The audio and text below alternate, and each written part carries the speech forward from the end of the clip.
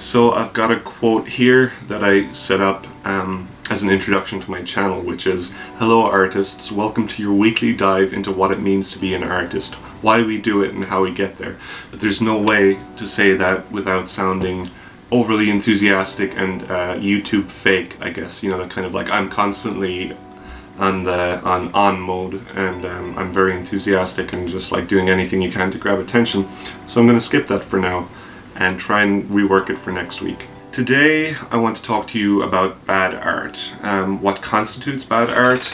Now I'm talking in broad terms here when I say art. I'm talking about creative output.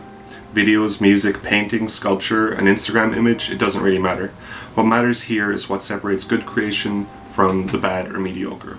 So let's get down to it. Excusing the problem of apparent relativity for a moment, let's take a look first at another anomaly: process, and how we get to that finish line where we have, finally, a finished piece of work.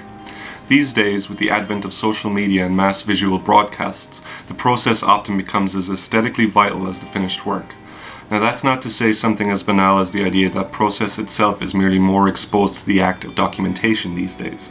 Documentation has long been an important part of the act of creation, but rather that in the realm of bad art, there is now an extra incentive to turn process into product in a uniquely new way.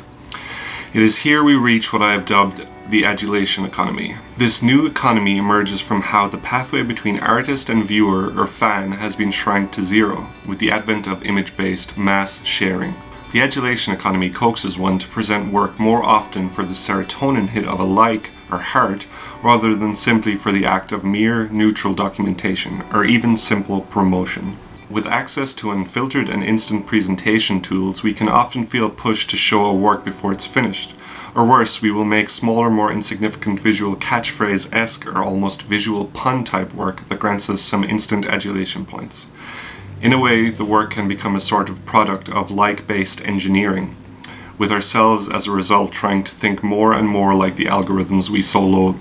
What gets lost here is the long involved process and the hard work that might go into a masterpiece, or say at least a very, very good and long labored over piece of work. It's not very controversial to note that in general, work designed and engineered to cater to, read, manipulate, an audience's base reactions is generally not good work. True, great work does not have to be the result of a long drawn out process. Great work can be short, sweet, and to the point, or even better, accidental in how it comes into being.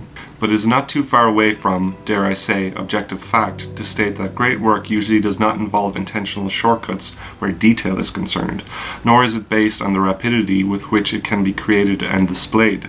You only have so much bandwidth.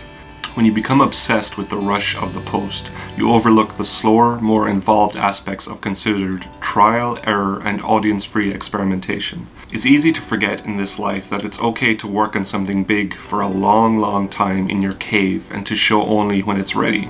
It's the cost-benefit analysis, I guess, that ultimately determines how many artists might be tempted to show their work these days. Do I spend time on a large multitudinal piece dwelling in the creative process for as long as needed, or do I circumvent this gamble for an assured low-stakes, high-return temporary serotonin boost? What's more important, viability or visibility, promotion versus production? These are tricky tightropes to walk, but in order to not drift into the aforementioned uselessness of mass relativity, we might want to stake our flag somewhere. If you want to reach water, build one 6-foot hole and not 6 1-foot holes. That's a quote often attributed to the Buddha, though it's more likely from an 1821 Economist article. Regardless, what's being communicated is that modality matters.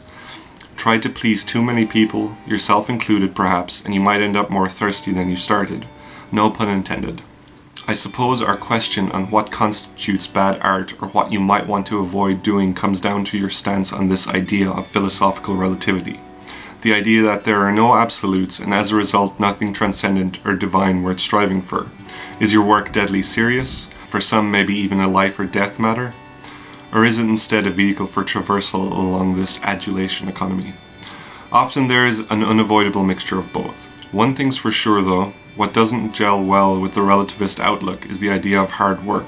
And when it comes to the pursuit of long-term sustainable goals, hard work, the kind of work that doesn't always involve instant gratification, is completely unavoidable. On that note, it is worth observing that run-of-the-mill, garden-variety hard work rarely goes hand-in-hand with a steady stream of adulation. If we are to attribute the value of good to work born of hard work, then surely the adulation economy is nothing more than a mere distraction, waste material from a digestive process, the sum of many more important parts. And perhaps it's as big an if, in exact proportion to the large presence of noise and banality on social media today. Perhaps, maybe.